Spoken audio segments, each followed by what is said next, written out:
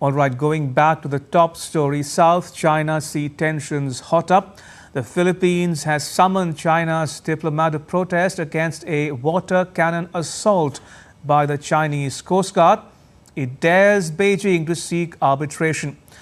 Professor Swaran Singh joins us. Professor Singh teaches at the Jawaharlal Nehru University in New Delhi. Professor Singh, welcome to DD India News Hour. Now, the Philippines is just one of many countries in China's neighborhood that are bearing the brunt of Chinese expansionism, coercion, confrontation and belligerence.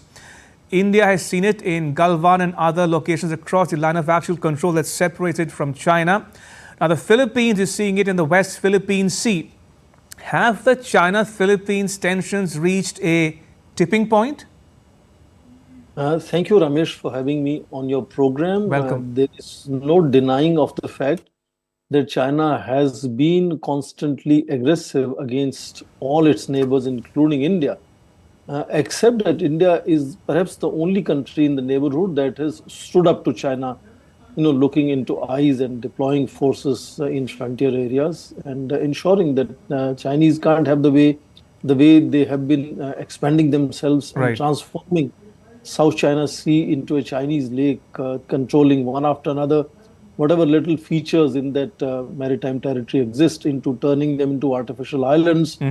So fundamentally, I think South China Sea is an example of what happens when collectively major powers and neighbors don't really take note of what Chinese are doing incrementally over a period of time.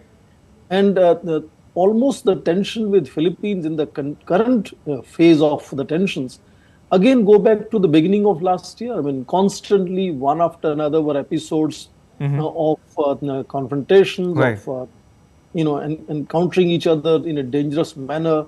Sort of all kinds of insinuations, allegations that Manila was making against Chinese, and in fact constantly trying to bring in the United States, which is in that sense is an alliance partner. They have a defense cooperation treaty from 1951. But apparently for a longer period of time, I think even United States appeared reluctant, if I can say so.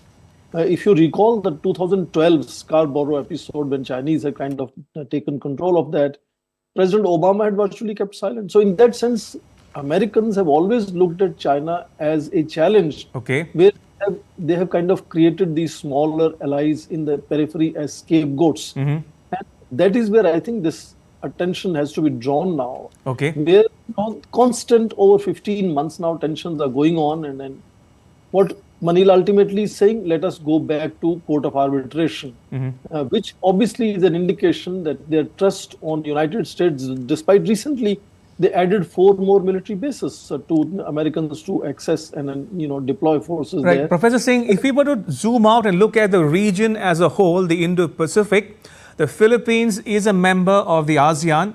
Some other ASEAN members such as Malaysia and Vietnam also have a maritime dispute with China. But there is no ASEAN unity on protecting the territorial integrity of its members. Why is it so? And do you think it emboldens China to ride roughshod over its neighbors? Indeed, I think that is a fundamental difficulty in appreciating as to why Chinese have been able to do the way they have been able to do what they have done in South China Sea. For a longer period of time, I think the greater powers kept on saying that, the regional stability, security will be maintained by ASEAN on the driving seat, as we said. But from East Asian financial crisis of 1997, the Chinese, engagement with ASEAN countries transformed it from a kind of an adversary to an ally in terms of economic relationship. And that has ensured that Chinese are able to constantly deal with each of the 10 ASEAN countries more at bilateral level. And ASEAN has not been able to stand together as one union to address the threats that they face. Some of them face directly, others face indirectly in South China Sea. That is why initiatives like Quad were taken. Americans understood that ASEAN is no longer able to stand up to China. And Quad was created, but Quad again is largely non-military, kind of a grouping. And for military, they created AUKUS, as we remember. But fundamental difference, Ramesh, I want to underline is you mentioned Malaysia and Vietnam. Unlike these two nations, Philippines is in alliance partner. Defense treaty with Philippines makes Americans directly Right. stakeholders as to what happens in South China Sea vis-a-vis China and Philippines. Right. And if Philippines has to again go back to say China to go back to court of arbitration, to me, it's not a sign of trust on United States. In that sense, Indeed. I think one has to really look at as to how, if not United States, then how can all the regional peripheral countries can come together and perhaps begin to think Absolutely. as to Indeed. how can they tackle their shared China challenge. Indeed. Professor Singh, I want to take you back to 2016 when the Permanent Court of Arbitration under UNCLOS, United Nations Convention on the Law of the Sea, ruled in favor of the Philippines, but China rejected it. Today, we are told that ASEAN and China are negotiating a code of conduct on the South China Sea. What's the guarantee that China will honor it? The code of conduct is fundamentally a bilateral understanding between ASEAN and Chinese. And as you said, there could be always very, very varying interpretations. And similarly, what happened in 2016 June is again, Chinese were hiding behind procedural and technical explanations as to how they were holding reservations on many of these clauses of UNCLOS, and therefore they were not going to accept it and they did not participate in that court of arbitration proceedings. But more interesting was how President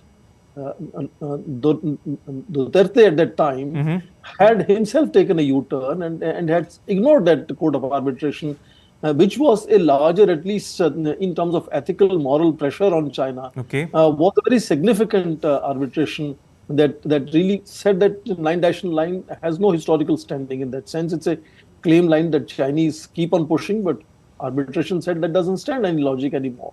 But at that very significant moment of history, when I think nations of the region could have come together and struck some kind of a deal with Chinese, if not a clear containment of China, that important moment was lost by President Duterte, who said, I will prefer foreign direct investments coming from Beijing instead of haggling with China on issues like this.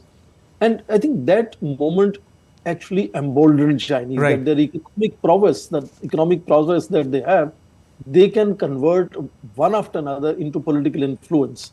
And that is what is making this whole ratcheting up of the tensions for the last 15 months now. Indeed. Professor Singh, as we speak, Minister Jaishankar is making his way from Singapore to the Philippines. According to some commentators, India has historically taken a neutral position on the South China Sea disputes. But they say a noticeable change is emerging in India's stance. Do you agree? I fully agree, because this is part of this whole Act East and the hyperactive approach that Indian foreign policy has seen. And I even say that Indian foreign policy has become increasingly assertive in pushing India's national interests much more rigorously than perhaps we were much more normative in earlier period of time. And that is where I think there are also expectations from the region now that India could perhaps take a lead in bringing together all the neighborhood and saying, we have a shared problem here. Indeed. And we need to work together on these issues. And on such a moment, Indian foreign minister, who's extremely articulate, being in Manila, I think clearly sends a signal to Beijing as to where India stands. Absolutely. And Professor Singh, I have just about enough time to ask you one quick question. How would you describe India's relations with the Philippines in general and defense ties in particular? I ask you this because the Philippines will soon become the first country to receive the BrahMos missiles. It's the first time India would be exporting it to a foreign country. When we, Ramesh, talk of Act East policy, it fundamentally means deepening and widening into many other sectors, particularly into strategic and security and defense cooperation.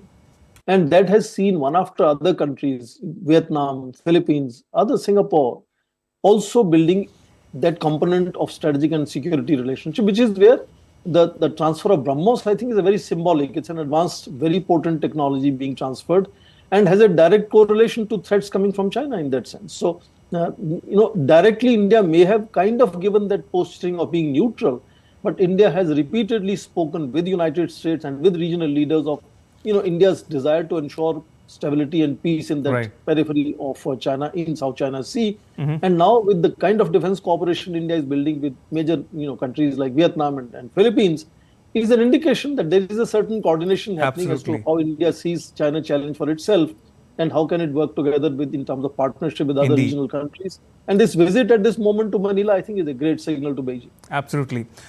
All right, on that note, Professor Swaran Singh, thank you once again for joining us and sharing your thoughts and insights with our viewers at home and abroad. Thank you for your time. Appreciate it.